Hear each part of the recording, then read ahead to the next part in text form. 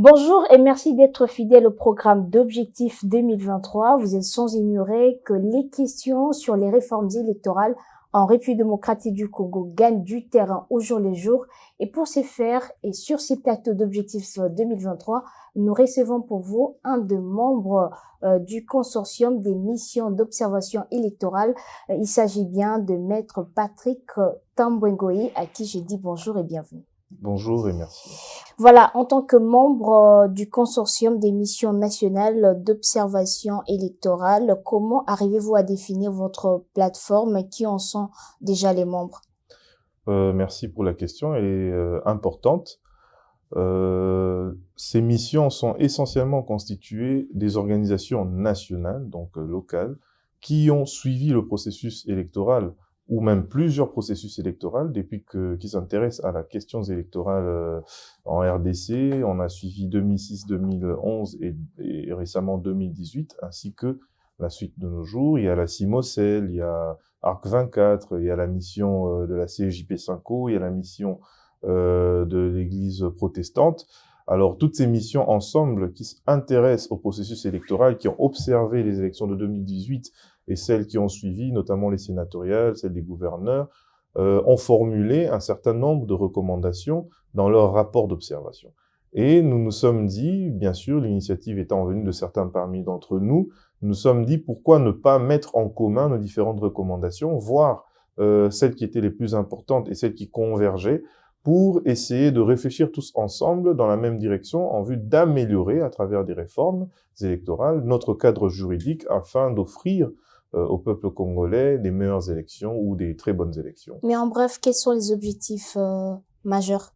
Les objectifs majeurs, c'est d'attirer l'attention des politiques et surtout du peuple congolais sur les différentes difficultés qu'il y a dans le cadre juridique actuel qui régit la question électorale. Aussi, c'est pour apporter de l'amélioration à notre arsenal juridique dans le processus électoral pour que nous ayons des bonnes élections. Vous savez, il y a eu certaines innovations comme la machine à voter qui a été apportée à quelques mois des élections de 2018. Il y a eu certaines irrégularités, il y a eu un manque de consensus sur le processus électoral. Lorsque nous arriverons à des réformes électorales réfléchies, réunissant le consensus de toutes les parties prenantes, on peut avoir au moins une garantie d'apaisement, que le processus va bien se passer et espérer avoir un processus transparent qui réponde aux standards internationaux en matière électorale. Votre plateforme organise dans les tout prochains jours des journées nationales en rapport avec les réformes électorales. Pourquoi et quels sont les principaux objectifs? Comme vous le savez, j'ai ici énuméré, cité quelques-unes des structures qui constituent cette plateforme, le consortium des missions nationales d'observation électorale. Les journées en question, ce sera du 9 au 11, si je ne me trompe, au Pullman. Alors, l'objectif, nous avons pu mutualiser nos différentes recommandations et même procéder à des formulations ou de réformulation des textes de loi qui sont concernés par nos recommandations pour que nous puissions par la suite approcher les politiques, si pas le Parlement ou les différentes parties prenantes au niveau institutionnel, le pouvoir législatif, le pouvoir exécutif, en vue de voir comment pense la société civile et quel type d'amélioration la société civile pense qu'on devrait apporter au cadre juridique, en espérant qu'ils vont adhérer à notre vision et en espérant aussi qu'il y aura par ce fait une amélioration du cadre juridique.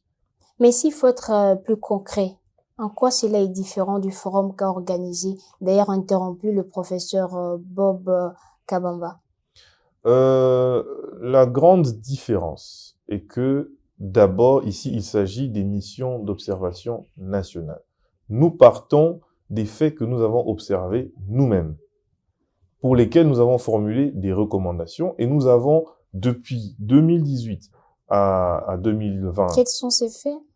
Oui, mais il y avait notamment le non-respect de délai pour la publication des listes électorales, il y a l'usage de la machine à voter qui est controversé, la loi électorale parle d'autres choses, pendant que les mesures d'application parlent aussi d'autres choses, le traitement du contentieux électoral a connu quelques difficultés, la création des chambres spéciales pour réexaminer des décisions judiciaires prises en dernier ressort, c'était controversé. Donc, il y a tout un tableau de plus de 10 pages, un tableau de recommandations mutualisées qu'on va essayer de formuler en texte, en faisant un parallélisme avec les dispositions légales qui sont concernées. Alors, je n'ai rien personnellement contre le professeur Bob Kabamba, mais j'estime que sa démarche s'était écartée de notre vision en nous en tant que consortium et de type de réflexion que nous voulions mener. Et vous étiez partie prenante? Non, nous n'étions pas partie prenante, nous avons été invités, je pense bien en qualité d'observateur, mais vous avez participé. Ne sachant pas la participation, nous avons été invités. La politesse voudrait que, lorsqu'on vous invite, vous veniez. Mais lorsque nous nous sommes rendus compte que cela s'écartait totalement de la vision que nous avions, de la démarche appropriée pour en arriver à des réformes électorales, aussitôt, il n'a même pas fallu que nous nous exprimions autrement.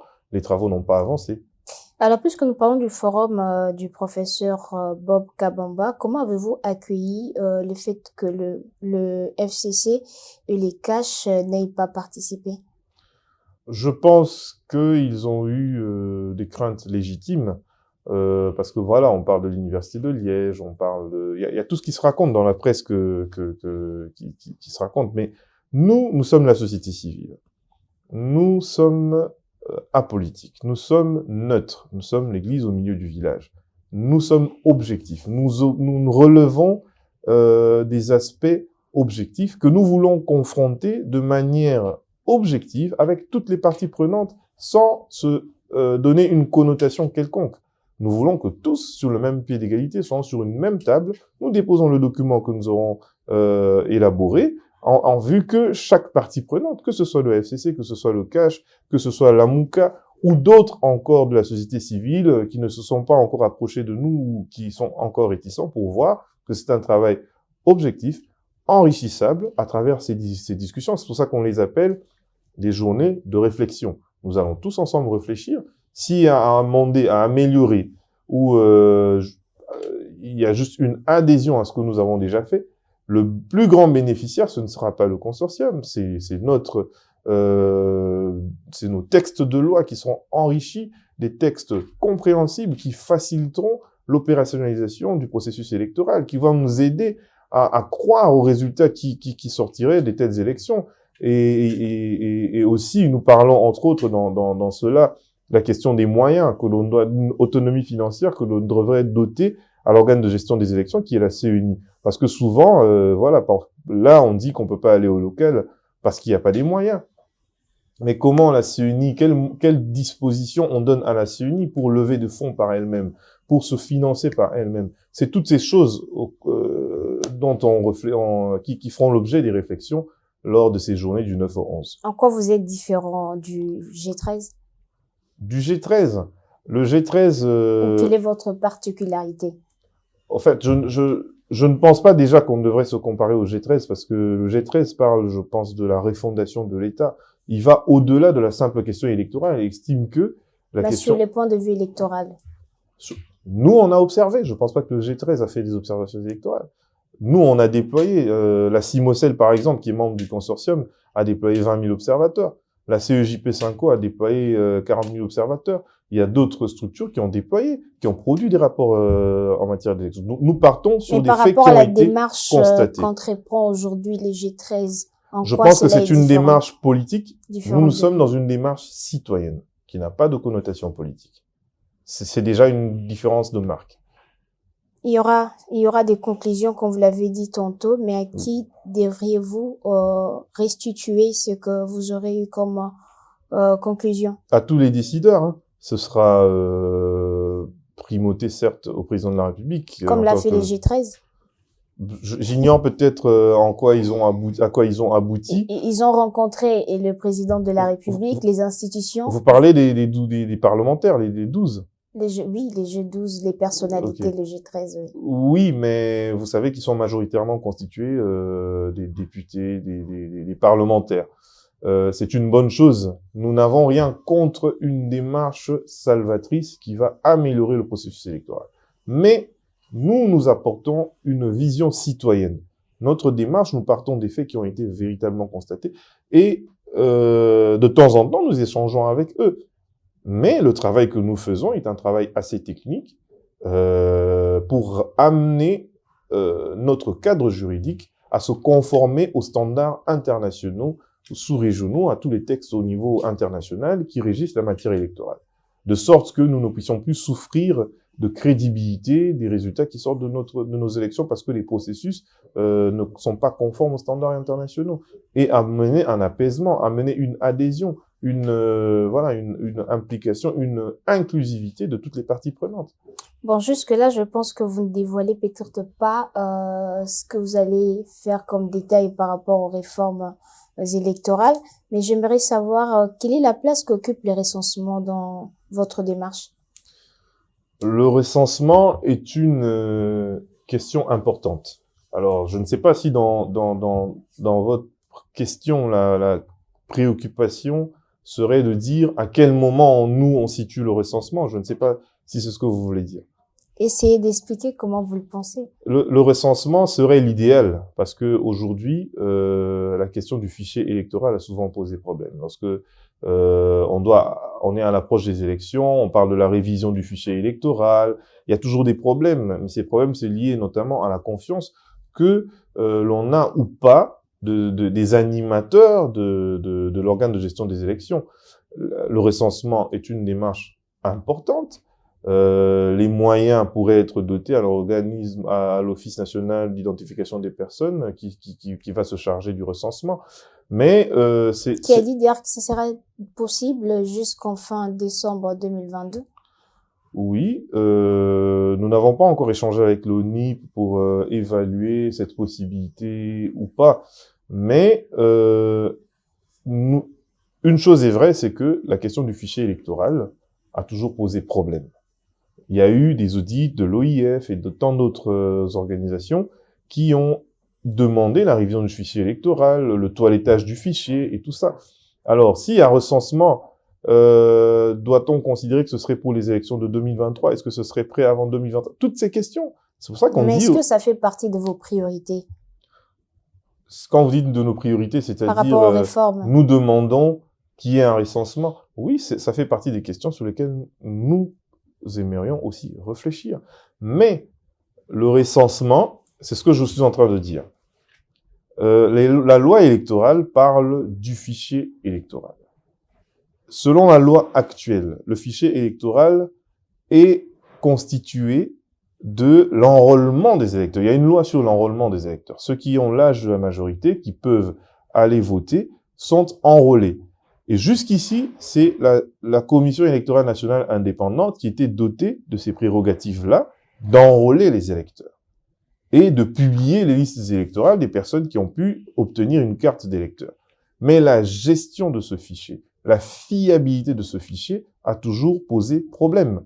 Donc, dans une certaine mesure, la question du fichier électoral, parce que même si on y va par voie du recensement, ce seront des données émanant du recensement pour des personnes en âge de voter qui devront être transmises à la CENI pour qu'elles s'en servent en vue de déterminer le nombre des personnes qui pourront voter ou pas.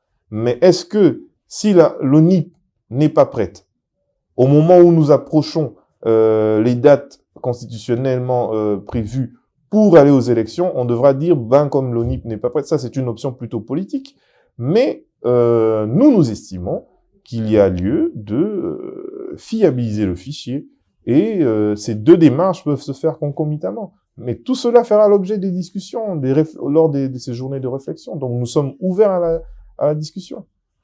Voilà, vous avez parlé tantôt de la CENI, vous avez vu le débat des confessions religieuses autour de la désignation des membres de cette institution d'appui à la démocratie. Où en sommes-nous déjà?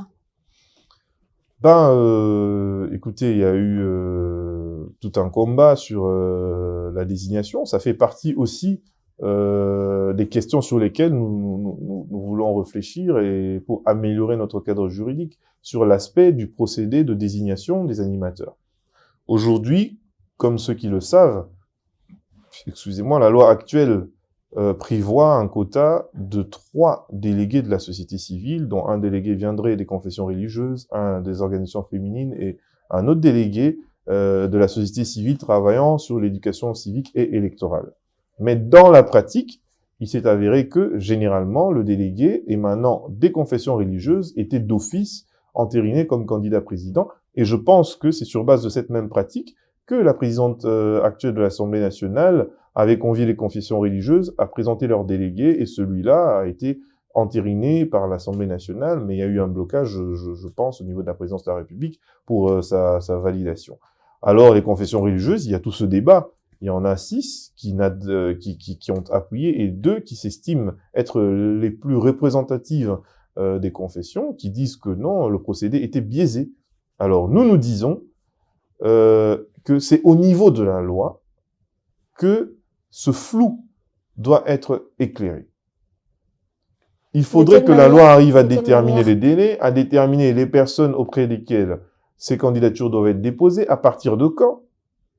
C'est toutes ces lumières qu'on doit apporter par la loi. Vous avez quand même repris les discussions. Attention, moi je suis pas des confessions religieuses. Oui. Donc elles ont repris les discussions où elles en sont, mais tout cela ne peut pas empêcher au consortium de réfléchir sur notamment la question du procédé des désignations des animateurs de la CENI. Nous, il faudrait peut-être que je le souligne, la démarche du consortium voudrait que ce problème soit résolu préalablement à la désignation des animateurs de la CENI. C'est ça. Nous voulons les réformes préalables à toute désignation. Ce qui fait que nous ne nous sentons pas engagés à toute discussion qui tendrait à vouloir qu'il y ait des désignations avant que nous ayons des réformes. Donc, les réformes doivent venir avant les désignations. Tout à fait. C'est cela notre logique. Nous sommes déjà au mois de septembre. La session ordinaire au Parlement débute très bientôt. Quelles sont vos attentes? C'est pour cela même que nous avons tenu à avoir ces assises, ces journées de réflexion, quelque temps un peu avant la reprise parlementaire, de sorte que la conclusion de nos travaux soit transmise au Parlement, donc aux deux chambres, en vue qu'ils puissent prendre compte, s'enquérir de ce que nous aurons réalisé comme travaux et, dans une certaine mesure, mettre en application, adhérer à ce souci de réforme que tout le monde veut. De quelle manière? Ce serait déjà d'aligner lors de cette session ces questions pour qu'elles soient débattues à l'Assemblée nationale, par exemple. Vous avez participé ou vécu les élections de 2006, oui. de 2011, oui. de 2018. Oui.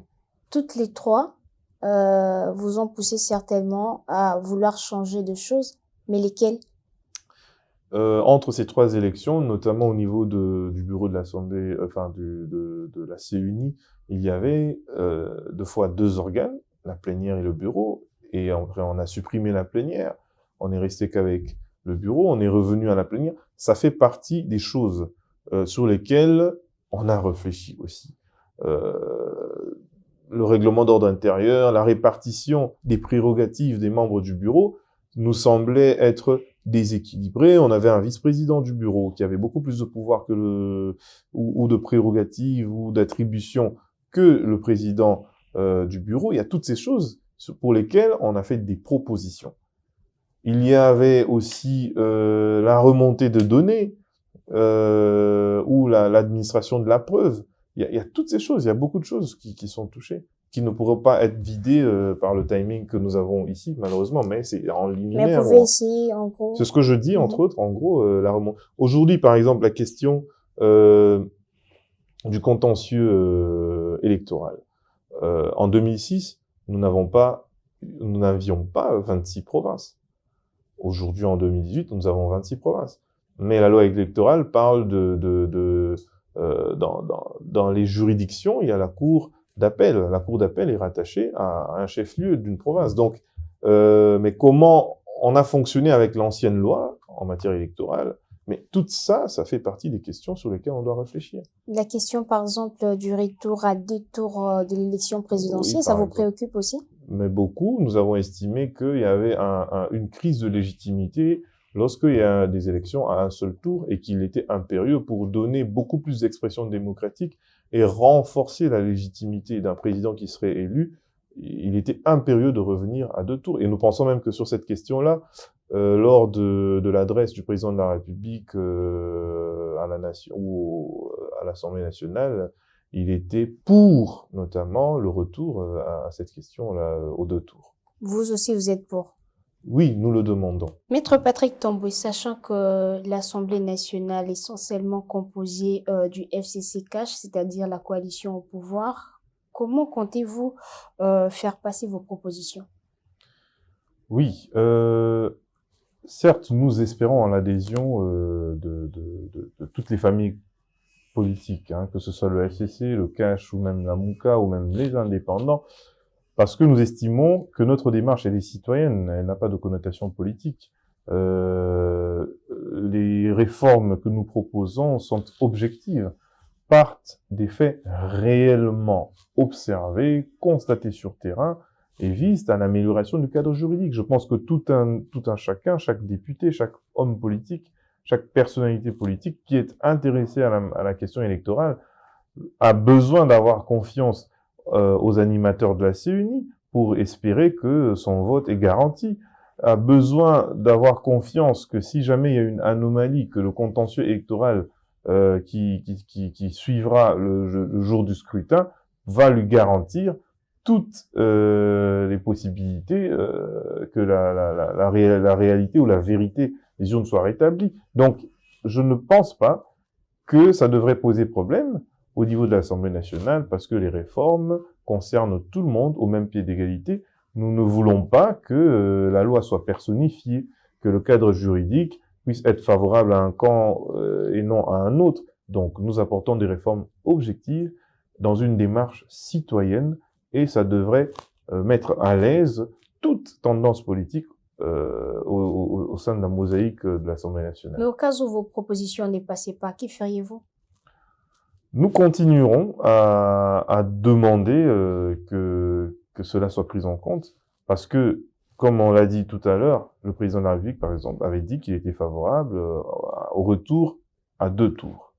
Donc, nous continuerons à marteler. C'est ça même le plaidoyer que nous faisons.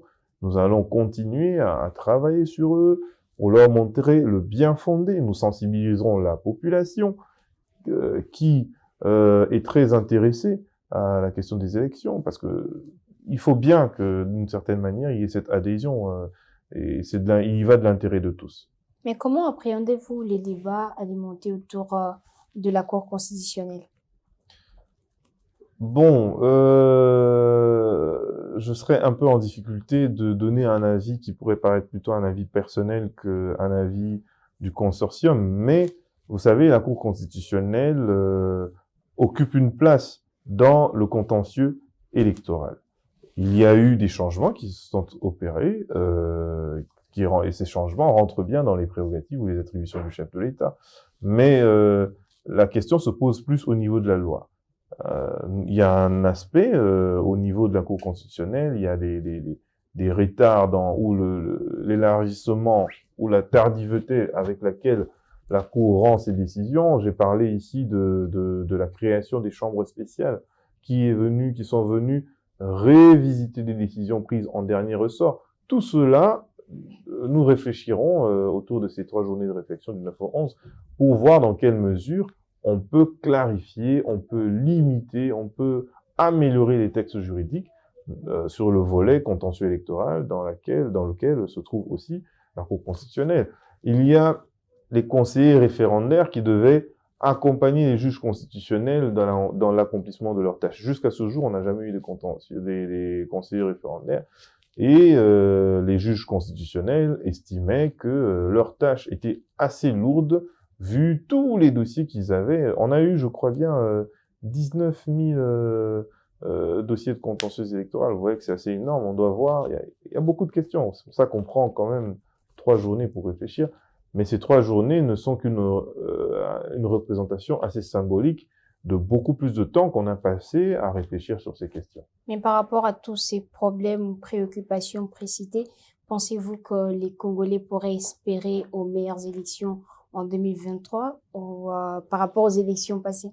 Je suis plutôt, je dirais, très sûr, positif, que si au minimum 70 à 80% de nos propositions de réforme passent, le peuple congolais, la classe politique, tous ensemble, on pourrait espérer à des bonnes élections.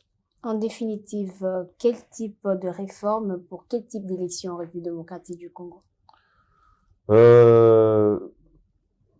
Quel type d'élection? Des élections transparentes, qui répondent aux standards internationaux en termes de crédibilité, qui vont nous apporter des élus légitimes qui ont la confiance de tout le peuple congolais. Parce que c'est ce que nous recherchons, que nous nous sentions représentés à travers les autorités qui nous dirigent, que nous soyons sûrs de notre choix ou de notre vote qui ne nous a pas été volé, et que tous ceux qui pourraient emmener à croire que les résultats qui nous sont produits ne sont pas la réalité soient élagués, et que les mécanismes de garantir la protection du vote soient renforcés dans le cadre juridique des élections. Ce sera ma dernière question. Qu'est-ce que les Congolais devront-ils attendre de vos assises? Les Congolais devront attendre de nos assises que voilà, nous réfléchissons ou nous réfléchirons encore sur ce qu'a été les résultats de notre observation électorale des élections de 2018 en vue de conduire, parce que nous voulons cette adhésion du peuple congolais, en vue de conduire nos politiques, qui sont le Parlement, à adhérer aussi à ces questions de réforme pour que leur vote soit garanti, pour que les résultats de ce qu'ils auront exprimés à travers les élections soient protégés, et pour que les animateurs qui conduisent la centrale électorale émanent de notre volonté, répondent aux différents critères qui seront établis dans la loi, et puis nous emmènent vers des belles élections. Voilà, nous sommes pratiquement à la fin. Avez-vous un mot de la fin, s'il vous plaît? Moi, je convie à tous ceux à qui parviendront l'invitation à nos journées de réflexion qui seront du 9 au 11, de bien vouloir prendre part à ces assises, car nous avons besoin de leur participation pour enrichir nos réflexions. Et j'invite aussi les députés nationaux, les parlementaires à prendre en compte nos travaux, les recommandations qui découleront de nos travaux lors de cette session parlementaire qui reprendra ce 15. Maître Patrick Tamboué, merci d'être passé. Merci, madame. Voilà, ainsi s'achève ce 1e numéro d'Objectif 2023. Merci à vous d'avoir suivi. On se retrouve prochainement. Au revoir.